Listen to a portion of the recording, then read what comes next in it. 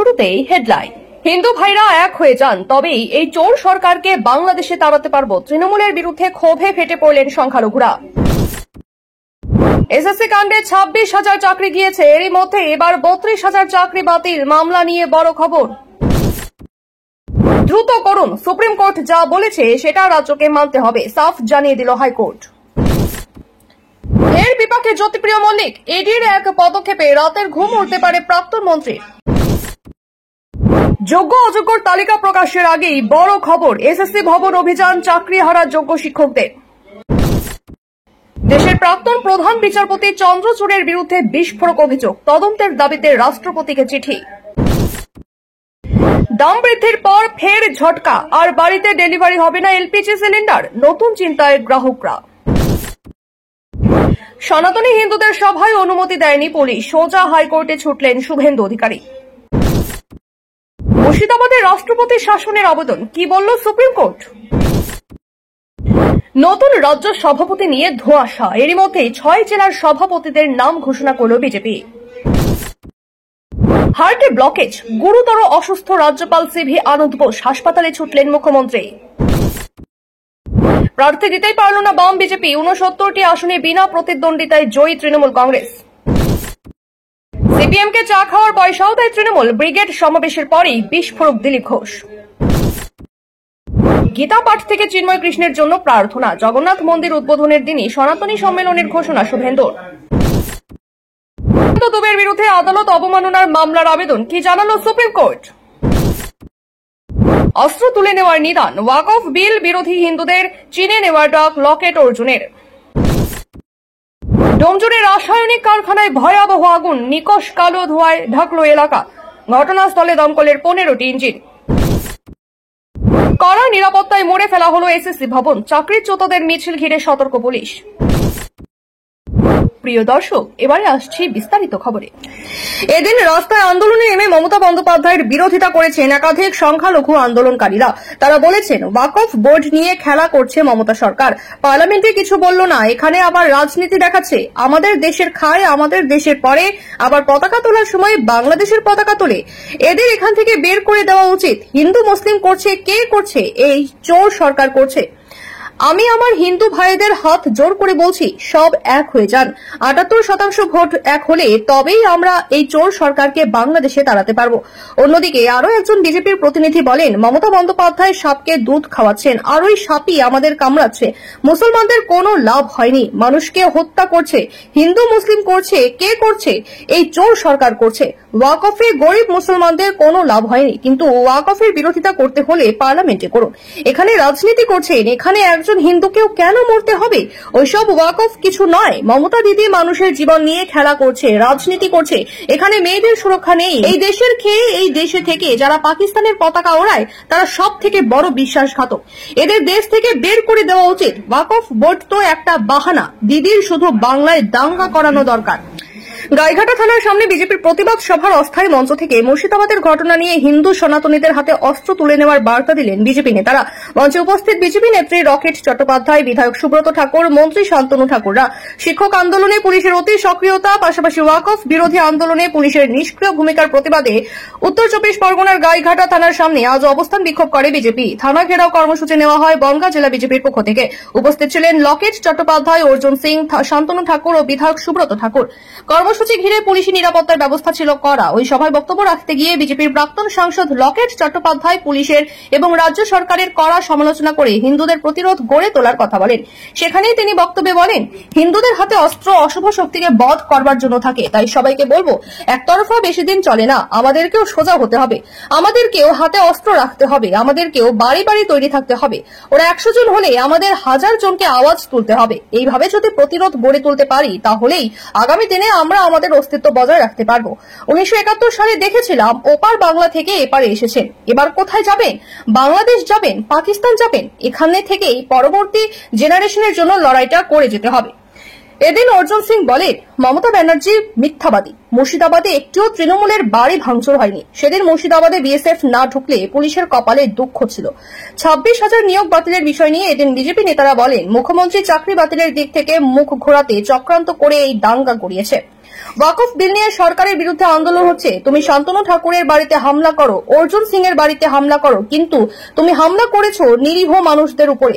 তোমাদের সাহস থাকলে আমাদের বাড়ির উপরে হামলা করতে। কিন্তু হিন্দুদের মধ্যেই অনেক ভণ্ড হিন্দু রয়েছে। ওয়াকফ বিলের বিরুদ্ধে 180 থেকে 185 জন হিন্দু ভোট দিয়েছে। এদের থেকে আমাদের বাঁচতে হবে। মুসলমানদের টাইট দেওয়ার জন্য অস্ত্র দিয়ে লড়াই করতে হবে না। এদের কাছ থেকে পাচার বানাবেন না, এদের দোকান থেকে মাংস কিনবেন না, এদের দোকান থেকে মাছ কিনবেন না, এদের অটো টোটোয় বসবেন না, এদের ভাতে মারুন। রান্নার গ্যাসের দাম বেড়েছে এপ্রিল মাসেই। সিলিন্ডার পিছু দাম বেড়েছে প্রায় 50 টাকা। এলপিজি সিলিন্ডারের দাম বাড়ায় একদিকে সমস্যায় পড়েছেন গ্রাহকরা। এবার আগামী দিন থেকে নতুন সমস্যার সামনে পড়তে হচ্ছে তাদের, কারণ এলপিজি ডিস্ট্রিবিউটর ইউনিয়নের পক্ষ থেকে ধর্মঘটের হুঁশিয়ারি দেওয়া হয়েছে। সমস্যার সমাধান না হলে আর ডিস্ট্রিবিউটররা বাড়ি বাড়ি গিয়ে গ্যাস সিলিন্ডার দিয়ে আসবেন না, তাতে রীতিমতো সমস্যায় পড়তে হবে গ্রাহককে। এলপিজি ডিস্ট্রিবিউটর ইউনিয়নের তরফে কমিশন বাড়ানোর দাবি করা হয়েছে। কমিশন না বাড়ালে তারা ধর্মঘটের পথে যাবে বলেও হুঁশিয়ারি দিয়েছে। 3 সময়সীমাও বেঁধে দিয়েছে। বলা হয়েছে কমিশন বৃদ্ধি সহ একাধিক দাবি রয়েছে তাদের, সেগুলি মানা না হলে তারা অবিলম্বে ধর্মঘটের পথে যাবে। অ্যাসোসিয়েশনের সভাপতি বি.এস. শর্মা বলেছেন, শনিবার ভোপাল অ্যাসোসিয়েশনের জাতীয় সম্মেলনে এই সিদ্ধান্ত নেওয়া হয়েছে। ডিস্ট্রিবিউটররা যদি ধর্মঘটে যায় তাহলে বাড়ি বাড়ি সিলিন্ডার পৌঁছে দেওয়া হবে না। অ্যাসোসিয়েশনের সভাপতি বি.এস. শর্মা আরও জানিয়েছেন, বিভিন্ন রাজ্য থেকে একাধিক প্রস্তাব পেয়েছেন তারা, সেই প্রস্তাব অনুমোদনও করা হয়েছে। এই নিয়ে পেট্রোলিয়াম ও প্রাকৃতিক গ্যাস মন্ত্রকে একটি চিঠি লেখা হয়েছে। এলপিজি সরবরাহকারীদের বর্তমানে কমিশন খুবই কম। মূল্যবৃদ্ধির যুগে তাদের আয় আর ব্যয়ের কোনো সঙ্গতি নেই, তাই কমিশন বৃদ্ধির প্রস্তাব দেওয়া হয়েছে। ইউনিয়নের পক্ষ থেকে সরকার যে চিঠি লিখেছে তাতে বলা হয়েছে এলপিজি সিলিন্ডার পিছু কমপক্ষে 150 টাকা কমিশন দিতে হবে। চিঠিতে বলা হয়েছে এলপিজি সরবরাহ চাহিদার উপর ভিত্তি করা হবে, কিন্তু তেল কোম্পানিগুলি আইন বিরোধী কাজ করছে, এটা বন্ধ করতে হবে।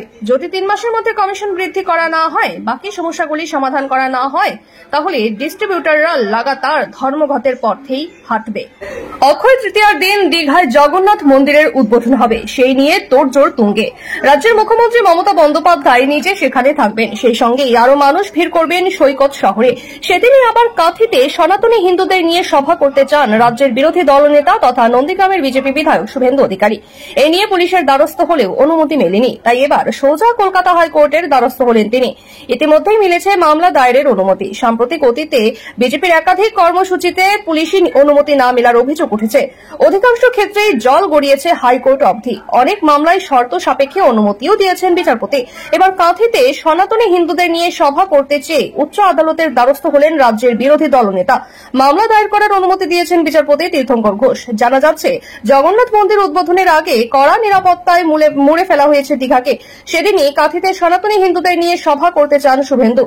বিজেপি বিধায়কের দাবি, এই কর্মসূচির জন্য পুলিশি অনুমতি মিলছে না। পাল্টা পুলিশের দাবি, 30 এপ্রিল জগন্নাথ মন্দিরের উদ্বোধন রয়েছে, তার উপর একই দিনে যদি সনাতনী হিন্দুদের মিছিল হয় তাহলে সুরক্ষা দেওয়া এক প্রকার অসম্ভব হয়ে যাবে। এই কারণেই অক্ষয় তৃতীয়ার দিন কাঁথে ওই মিছিলের অনুমতি প্রদান করা সম্ভব হয়। এরপরেই হাইকোর্টের দ্বারস্থ হন শুভেন্দু। তার দাবি, ওই কর্মসূচির জন্য পুলিশি অনুমোদন মিলছে না, তাকে মামলা দায়ের করার অনুমতি দিয়েছেন বিচারপতি তীর্থঙ্কর ঘোষ। এদিনে এই মামলার শুনানি হওয়ার সম্ভাবনা রয়েছে। উচ্চ আদালতের তরফ থেকে কি নির্দেশ দেওয়া হয় সেদিকেই নজর থাকবে সকলের। মুর্শিদাবাদ ইস্যু নিয়ে সরগরম রাজ্য। হিংসার জেরে নবাবের শহর কার্যত বিপর্যস্ত। বিগত কয়েকদিনে নতুন করে কোনো অশান্তির খবর সামনে আসেনি। আস্তে আস্তে সেখানকার পরিস্থিতির উন্নতি হচ্ছে বলে খবর। এই আবহে মুর্শিদাবাদের রাষ্ট্রপতির শাসনের আর্জিতে বড় মন্তব্য করল সুপ্রিম কোর্ট। এদেশের পরবর্তী প্রধান বিচারপতি বি.আর. গাভাইয়ের বেঞ্চ এই মন্তব্য করেছে। দেখতে দেখতে প্রায় 1.5 সপ্তাহ হয়ে গেল শিরোনামে রয়েছে মুর্শিদাবাদ। হিংসার ঘটনায় প্রাণ হারিয়েছেন একাধিক, প্রাণ বাঁচাতে ঘরবাড়ি ছেড়ে পালিয়েছেন বহু মানুষ। পরিস্থিতি সামাল দিতে আগেই সেখানে কেন্দ্রীয় বাহিনী মোতায়েনের নির্দেশ দিয়েছিল কলকাতা হাইকোর্ট। এবার রাষ্ট্রপতি শাসনের আবেদনে বড় মন্তব্য করল শীর্ষ আদালত। জানা যাচ্ছে, ওয়াকফ বিল বিরোধী প্রতিবাদ ঘিরে মুর্শিদাবাদে হিংসার জেরে সেখানে রাষ্ট্রপতির শাসন চেয়েছিলেন আইনজীবী বিষ্ণু শঙ্কর জৈন। তার প্রেক্ষিতে বিচারপতি গাভাইয়ের বেঞ্চ বলেন, আপনারা চাইছেন রাষ্ট্রপতিকে যেন এই নিয়ে আমরা নির্দেশ দিই, তবে এটা করলে তো অভিযোগ উঠবে আইন প্রণয়ন সংক্রান্ত বিষয়ে বিচার ব্যবস্থা হস্তক্ষেপ করছে। চলতি মাসেই আইনসভায় পাশ হওয়া বিল নিয়ে নজিরবিহীন মন্তব্য করে এদেশের শীর্ষ আদালত। সুপ্রিম কোর্টের পর্যবেক্ষণ, যে সকল বিল আইনসভা থেকে পাশ হয়ে আসছে সেগুলি রাষ্ট্রপতি অনন্তকাল ধরে আটকে রাখতে পারেন না। তাকে 3 মাসের মধ্যেই এই বিল নিয়ে মতামত জানাতে হবে। রাজ্যপালদের ক্ষেত্রেও একই নির্দেশ দেওয়া হয়। এরপরেই এই নিয়ে সরব হন উপরাষ্ট্রপতি সহ বিজেপির একাধিক নেতা। উপরাষ্ট্রপতি দাবি করেন, সংবিধানের 142 ধারাকে পরমাণু মিসাইলের মতো ব্যবহার করা হচ্ছে। বিচার ব্যবস্থা সম্বন্ধে এহেন মন্তব্য করেন তিনি। সাংসদ নিশিকান্ত দুবে আবার ওয়াকফ আইন প্রসঙ্গে বলেন, আইন তৈরি করা যদি সুপ্রিম কোর্টের কাজ হয় তাহলে সংসদ বন্ধ করে দিন। এহেন পরিস্থিতিতে এবার মুর্শিদাবাদে রাষ্ট্রপতি শাসনের আবেদনের প্রেক্ষিতে তাৎপর্যপূর্ণ মন্তব্য করল সুপ্রিম কোর্টের বিচারপতি গাভাইয়ের বেঞ্চ। রাষ্ট্রপতিকে এই বিষয়ে নির্দেশ দেওয়া হলে আইন প্রণয়ন সম্বন্ধিত বিষয়ে বিচার ব্যবস্থার হস্তক্ষেপের অভিযোগ উঠবে বলে দাবি করেন তিনি। নিয়োগ দুর্নীতি নিয়ে ধুমধুমার রাজ্য। সম্প্রতি নিয়োগে কেলেঙ্কারির জেরে সুপ্রিম কোর্টের নির্দেশে এক ধাক্কায় চাকরি হারিয়েছেন 25,752 জন। এসএসসি 2016 সালের গোটা প্যানেল বাতিল করে দিয়েছে সুপ্রিম কোর্ট। এরই মধ্যে শিরোনামে প্রাথমিক দুর্নীতি। এর আগে 7 এপ্রিল মামলাটির শুনানি হওয়ার কথা ছিল কলকাতা হাইকোর্টে, কিন্তু সেই দিনই ব্যক্তিগত কারণ দেখিয়ে মামলা থেকে অব্যাহতি নেন বিচারপতি সোমেন সেন। এরপরই হাইকোর্টের প্রধান বিচারপতি টি.এস. শিবজ্ঞানম মামলাটি নতুন বেঞ্চে পাঠায়। এবার প্রাথমিক দুর্নীতি মামলার শুনানির নতুন তারিখ নির্ধারণ করা হলো। আপাতত দাগি নন এমন শিক্ষক শিক্ষিকারা স্কুলে যাওয়ার অনুমতি পেয়েছেন সুপ্রিম কোর্টের তরফে। এরই মধ্যে আজ বিকেলেই যোগ্য চাকরিহারাদের তালিকা প্রকাশ করতে পারে স্কুল সার্ভিস কমিশন। এদিকে রাজ্যের উপর চাপ বাড়িয়ে আজ যোগ্য শিক্ষক শিক্ষিকা অধিকার মঞ্চের আজ রাজপথে নামার কথা। চিহ্নিত অযোগ্যদের বেতন ফেরাতে কি পদক্ষেপ করেছে রাজ্য? সম্প্রতি এই নিয়ে হাইকোর্টে রাজ্যের বিরুদ্ধে দায়ের হয় আদালত অবমাননার মামলা। অভিযোগ ছিল 2 সপ্তাহ কেটে গেলেও অযোগ্যদের বেতন ফেরানোর বিষয়ে এখনো রাজ্য সরকার কোনো পদক্ষেপ করেনি। পাশাপাশি সুপ্রিম নির্দেশ মতো চাকরিহারাদের উত্তরপত্র বা ওএমআর শিটও এখনো প্রকাশ করা হয়নি। এই অভিযোগে এই আদালত অবমাননার মামলা দায়ের হয় হাইকোর্টে। এদিন সেই মামলার শুনানিতে রাজ্যকে দ্রুত পদক্ষেপ করতে বলল কলকাতা হাইকোর্ট। আদালতের নির্দেশ মোতাবেক এখনো কেন বেতন ফেরতের প্রক্রিয়া শুরু হয়নি সেই প্রশ্ন তোলে হাইকোর্ট। সোমবার বিচারপতি দেবাংশু বসাকের ডিভিশন বেঞ্চ এই মামলা ওঠে। বিচারপতি এদিন রাজ্যের আইনজীবীর কাছে একগুচ্ছ প্রশ্ন রাখেন। বিচারপতি বলেন, নির্দিষ্টভাবে চিহ্নিত হওয়া অযোগ্য বা অবৈধদের বেতন ফেরাতে রাজ্য সরকার কি পদক্ষেপ নিয়েছে? অভিযোগ রয়েছে অযোগ্য চাকরিহারাদের মধ্যে 2 জন এখনো বেতন পাচ্ছেন। কেন এই ঘটনা ঘটছে প্রশ্ন তোলেন বিচারপতি। পাশাপাশি স্কুল সার্ভিস কমিশনের ওয়েবসাইটে ওএমআর শিটও আপলোড করার নির্দেশ অনুযায়ী পদক্ষেপ নেওয়া হয়েছে। কমিশনের কাছে প্রশ্ন বিচারপতির। হাইকোর্টের সাফ নির্দেশ, সুপ্রিম কোর্ট যা বলেছে সেটা রাজ্যকে মানতে হবে। দ্রুত বেতন ফেরতের প্রক্রিয়া নিয়ে পদক্ষেপ করার নির্দেশ বিচারপতির। প্রসঙ্গত, চলতি মাসেই এসএসসি 2016 সালের গোটা প্যানেল বাতিল করে অযোগ্য বা দাগী শিক্ষক শিক্ষাকর্মীদের বেতন ফেরত দেওয়ার নির্দেশ দিয়েছিল সুপ্রিম কোর্ট, কিন্তু এখনো পর্যন্ত সেই নির্দেশ কার্যকর হয়নি। চলতি মাসের শুরুর দিকে সুপ্রিম কোর্টের নির্দেশে রাজ্য জুড়ে এসএসসি নিয়োগের প্রায় 26,000 চাকরি বাতিল করা হয়েছিল। সেই নিয়ে উত্তপ্ত পরিস্থিতি রাজ্যে। সেই নিয়েই আজ সোমবার চাকরিহারাদের এসএসসি ভবন অভিযান ঘিরে কড়া নিরাপত্তার চাদরে মুড়ে ফেলা হয়েছে গোটা চত্বর। এসএসসি ভবন এবং সেখানকার সমস্ত এলাকায় শক্ত নিরাপত্তা বলয় তৈরি করা হয়েছে। বহু পুলিশ কর্মী মোতায়েন করা হয়েছে। বহু সংখ্যক মহিলা পুলিশও রয়েছে র্যাব, রাজ্য পুলিশের বাহিনী এবং বিধাননগর কমিশনারেটের পুলিশ। লাঠিধারী পুলিশের সঙ্গে রয়েছে হেলমেট এবং গার্ড। এসএসসি ভবনের গেট গার্ড রেল দিয়ে ঘিরে দেওয়া হয়েছে। মজুদ রয়েছে কাঁদানে গ্যাসের সেল। যুদ্ধকালীন মেজাজে চলছে টহল। পুলিশ সূত্রে জানা গিয়েছে এসএসসি ভবনের আগেই মিছিল থামিয়ে দিতে পারে পুলিশ। কোন রকম গন্ডগোল যাতে না হয় তার জন্য কড়া নিরাপত্তার বলয়ে মুড়ে ফেলা হয়েছে গোটা এলাকা। আন্দোলনকারীদের দাবি, যোগ্য ও অযোগ্যদের তালিকা আলাদা করতে হবে। চাকরিহারাদের দাবি, তারা আর নতুন করে পরীক্ষায় বসবেন না। 2016 সালেই তারা যোগ্যতার মান পেরিয়ে চাকরি পেয়েছিলেন। তাই শীর্ষ আদালত যে নতুন করে পরীক্ষায় বসার সংস্থান রেখেছে তা তারা মানতে নারাজ। অযোগ্যদের তালিকা আলাদা করে দেওয়া গেলেও যোগ্যদেরও তালিকা আলাদা করা যাবে বলে তাদের দাবি। করুণাময়ী থেকে দুপুরে 1:10 শুরু হয় চাকরিহারাদের এসএসসি ভবন অভিযান। মিছিলের শুরু থেকেই সক্রিয় থাকতে পারে পুলিশ। কোনো ঝামেলার আভাস পেলেই যেন থামিয়ে দেওয়া সম্ভব হয়, সেই কারণেই এত নিরাপত্তা। গুরুতর অসুস্থ রাজ্যপাল সিভি আনন্দ বোস। ইতিমধ্যেই হাসপাতালে ভর্তি করানো হয়েছে তাকে। এদিন সকালে কমান্ড হাসপাতালে ভর্তি করানো হয়েছে রাজ্যপাল বোসকে। সূত্রের খবর, হার্টে ব্লকেজ রয়েছে বোসের। ইতিমধ্যেই তাকে মুখ্যমন্ত্রী মমতা বন্দ্যোপাধ্যায় হাসপাতালে গিয়েছেন। এদিন বোসকে দেখে সংবাদ মাধ্যমের মুখোমুখি হয়ে মুখ্যমন্ত্রী বলেন, রাজ্যপালের চিকিৎসার জন্য মুখ্য সচিবকে প্রয়োজনীয় সমস্ত নির্দেশ দেওয়া হয়েছে। শেষ পাওয়া খবর অনুযায়ী রাজ্যপালের কিছুটা গুরুতর হওয়ার কারণে তাকে কমান্ড হাসপাতাল থেকে অ্যাপোলোতে নিয়ে যাওয়া হচ্ছে। প্রসঙ্গত, সংশোধিত ওয়াকফ আইনকে ঘিরে অশান্তির আবহে সম্প্রতি মুর্শিদাবাদের উপদ্রুত এলাকা গিয়েছিলেন রাজ্যপাল। অশান্তি পরবর্তী পরিস্থিতি খতিয়ে দেখতে গিয়েছিলেন তিনি। মুখ্যমন্ত্রী মমতা বন্দ্যোপাধ্যায়ের বারণ অমান্য করে মুর্শিদাবাদে যান রাজ্যপাল। প্রথমে তিনি শিয়ালদহ থেকে ট্রেনে চেপে মালদহের উদ্দেশ্যে রওনা দেন। 6 ঘন্টা ট্রেন জার্নির পর মালদহে পৌঁছন রাজ্যপাল। মালদহ থেকে পরের দিন মুর্শিদাবাদে যান বোস। একাধিক উপদ্রুত এলাকাগুলি নিজে ঘুরে দেখেন। এলাকার মানুষের অভাব অভিযোগের কথা শুনে সব রকম সাহায্য এবং প্রশাসনিক পদক্ষেপের বিষয়ে আশ্বাস দিয়ে এসেছিলেন বোস। মুর্শিদাবাদের ঘটনায় 3 জনের মৃত্যু হয়েছে। সেখানে নিহতদের পরিবারের সঙ্গে দেখা করছিলেন রাজ্যপাল। তারপর কলকাতায় ফিরে আসেন বোস, আর শহরে ফিরেই অসুস্থ হয়ে পড়লেন রাজ্যপাল। প্রাথমিকভাবে সূত্রের খবর, এদিন সকালে আচমকাই অসুস্থ বোধ করেন রাজ্যপাল সিভি আনন্দ বোস। সুগার ফল করে যায়, বুকে যন্ত্রণা ছিল। এরপরই তড়িঘড়ি হাসপাতালে নিয়ে যাওয়া হয়। সেখানেই তার হার্টে ব্লকেজের বিষয়টি ধরা পড়ে। মাসের শেষে অক্ষয় তৃতীয়াতেই দীঘার জগন্নাথ মন্দির উদ্বোধন করতে চলেছেন মুখ্যমন্ত্রী মমতা বন্দ্যোপাধ্যায়। চলছে শেষ মুহূর্তের প্রস্তুতি। দীঘায় এই মন্দিরের উদ্বোধন নিয়ে দীর্ঘদিনের অপেক্ষার অবসান ঘটতে চলেছে স্থানীয়দের। এদিকে উদ্বোধনের দিনই কাঁথিতে সনাতনী সম্মেলনের মাধ্যমে মমতাকে বয়কটের ডাক দিলেন বিরোধী দলনেতা শুভেন্দু অধিকারী। দীঘায় জগন্নাথ মন্দিরের উদ্বোধন নিয়ে চাপানোতর পর্ব চলছে রাজনৈতিক মহলে। এই মন্দিরের উদ্বোধন নিয়ে মুখ্যমন্ত্রীকে সম্প্রতি কটাক্ষ শানান শুভেন্দু অধিকারী। তিনি বলেন, জগন্নাথ মন্দির উদ্বোধন নিয়ে কোটি কোটি টাকার টেন্ডার হয়েছে। শুভেন্দু বলেন, মন্দির উদ্বোধনে কোটি কোটি টাকার ফের আত্মসাৎ করতে চলেছে তৃণমূল। উজ্জ্বল সিনহা টেন্ডার পেয়েছে, তার কাছে লিস্ট আছে বলেও দাবি করেন শুভেন্দু। এরপরেই বিরোধী দলনেতা ঘোষণা করেন, অক্ষয় তৃতীয়ার দিনই সনাতনী সম্মেলন করবেন তিনি। সেই উপলক্ষে রাজ্যে 500-রও বেশি সাধু সমাগম হবে। সকাল থেকেই সারাদিন ধরে হোম যজ্ঞ, ভাগবত কথা, গীতা পাঠ হবে। পাশাপাশি মুর্শিদাবাদের আক্রান্তদের জন্য প্রার্থনা, বাংলাদেশের চিন্ময় প্রভুর জন্য প্রার্থনা হবে বলেও জানিয়েছেন তিনি। শুভেন্দু আরো বলেন, সব গ্রামে গ্রামে সনাতনী ধ্বজা লাগানো হবে। সকাল 9টা থেকে শুরু হবে অনুষ্ঠান। কোনো রাজনৈতিক পতাকা থামবে না। তবে মন্দির উদ্বোধনের দিনই কাঁথিতে সনাতন সম্মেলনের ডাক দিয়ে মমতাকে বয়কটের দাবি জানালেন তিনি। পাশাপাশি কলকাতার মেয়র ফিরহাদ হাকিমকেও কটাক্ষ করেছেন তিনি। ফিরহাদের বিষয়ে শুভেন্দু বলেন, 75% মুসলিম ভোটার এলাকায় তিনি জিতেছেন। কোন হিন্দু ভোটারের এলাকায় দাঁড়িয়ে জিতে দেখার বলে প্রচ্ছন্ন চ্যালেঞ্জ ছুড়ে দিয়েছেন শুভেন্দু অধিকারী। অক্ষয় তৃতীয়ার দিন উদ্বোধন হতে চলেছে দীঘার জগন্নাথ মন্দির। তার ঠিক একদিন আগেই 19 তারিখ প্রাণ প্রতিষ্ঠা হবে বিগ্রহ। অক্ষয় তৃতীয়ার দিন দুপুর 2:30 নাগাদ মন্দিরের উদ্বোধন হবে, আর 3টের খানিক পরে হবে দ্বারোদ্ঘাটন। আগামী বছর রাজ্যে বিধানসভা ভোট। বাংলার মসনদ দখলের লড়াইয়ে নেমে পড়বে সকল রাজনৈতিক দল। ইতিমধ্যেই রাজ্য রাজনীতিতে সেই আঁচ টের পাওয়া যাচ্ছে। এমতাবস্থায় বাংলার নানান জেলায় সাংগঠনিক জেলা সভাপতি পরিবর্তন করতে শুরু করেছে বিজেপি। ইতিমধ্যেই 33টি সাংগঠনিক জেলা সভাপতির নাম ঘোষণা করেছে পদ্ম শিবির। এদিন আরও 6টি জেলার সভাপতিদের নাম ঘোষণা করা হলো। এর আগে 2 দফায় রাজ্যের 33টি সাংগঠনিক জেলা সভাপতির নাম ঘোষণা করেছিল বিজেপি।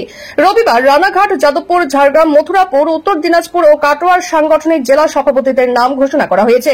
এর মধ্যে রানাঘাটে অপর্ণা নন্দীর কাঁধেই দায়িত্ব দেওয়া হয়েছে। যাদবপুর, ঝাড়গ্রামে পুরনো মুখের উপর আস্থা রেখেছে পদ্ম শিবির। বাকি 3 জেলায় আনা হয়েছে নতুন মুখ। এদিকে নয়া জেলা সভাপতির নাম ঘোষণার প্রাক্কালে এদিন রানাঘাটে গেরুয়া শিবিরের পার্টি অফিস সংলগ্ন কিছু এলাকায় পোস্টার পড়ে। সেখানে বেশ কিছু দাবি দেওয়া লেখা ছিল। অপর্ণা নন্দীকে জেলা সভাপতি মানছি না, মানব না, মহিলা সভাপতি না দিয়ে যুবদের হাতে দায়িত্ব দিতে হবে, এমন বেশ কিছু দাবি লেখা ছিল সেখানে। কয়েক জায়গায় আবার কুরুচিকর ভাষায় মন্তব্য করার অভিযোগ ওঠে। বিক্ষুব্ধদের এহেন দাবি সত্ত্বেও রানাঘাটের জেলা সভাপতি করা হয়েছে সেই অপর্ণাকেই। বিজেপি সূত্র উদ্ধৃত করে একটি সংবাদ মাধ্যমের প্রতিবেদনে দাবি করা হয়েছে, রাজ্যের বাকি 4টি সাংগঠনিক জেলায় সভাপতি পদের দাবিদার হিসেবে একাধিক জন রয়েছেন। সেই জেলাগুলির সভাপতির নামও শীঘ্রই ঘোষণা করা হবে বলে খবর। এই প্রক্রিয়া শেষ হওয়ার পরেই রাজ্য সভাপতির নাম ঘোষণা করতে পারে বিজেপি। সেই পদের জন্য গেরুয়া শিবির কাকে বেছে নেয় সেটাই দেখার। 19এর লোকসভা ভোটে বাংলার বুকে গেরুয়া ঝড় উঠলেও 21এর বিধানসভা ও 24এর লোকসভা নির্বাচনে জোর ধাক্কা খেয়েছে বিজেপি। জোড়া ফুলের ঠেলায় কার্যত বেসামাল হয়ে যায় পদ্ম। 26এর ভোটের আগে তাই সংগঠন আরও মজবুত করতে উদ্যোগী গেরুয়া শিবির। বছর ঘুরলেই রাজ্যে বিধানসভা ভোট। ইতিমধ্যে এই নিয়ে ময়দানে নেমে পড়েছে শাসক বিরোধী প্রত্যেকে। শুরু হয়েছে আক্রমণ, পাল্টা আক্রমণের ধারা। এই আবহে বড় সাফল্য পেল জোড়াফুল শিবির। আগামী বছরের বিধানসভা ভোটের আগে সমবায় নির্বাচনে বিনা প্রতিদ্বন্দ্বিতায় জয়ী হল তৃণমূল কংগ্রেস।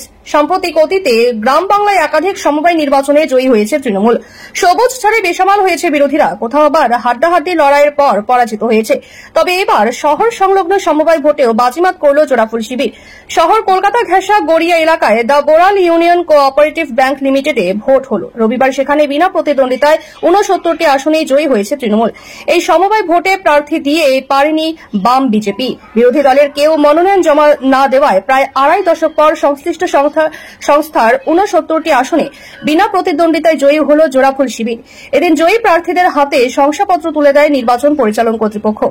দক্ষিণ 24 পরগনার এই বৃহত্তম সমবায় ব্যাংকের ভোটে তৃণমূলের তরফ থেকে নেতৃত্বে ছিলেন স্থানীয় কাউন্সিলর ফিরদৌসী বেগম ও রাজপুর সোনারপুর পৌরসভার চেয়ারম্যান ইন কাউন্সিল নজরুল মণ্ডল। স্বভাবতই এই ফলাফলে উচ্ছ্বাসিত ফিরদৌসী। তৃণমূল কাউন্সিলর বলেন, মমতা বন্দ্যোপাধ্যায়ের 94টি সামাজিক প্রকল্প আছে, আর বছরভর তৃণমূল মানুষের পাশে থাকে। সেই জন্যই সমবায় ভোটেও একজন বিরোধীদের হয়ে মনোনয়ন জমা দেননি।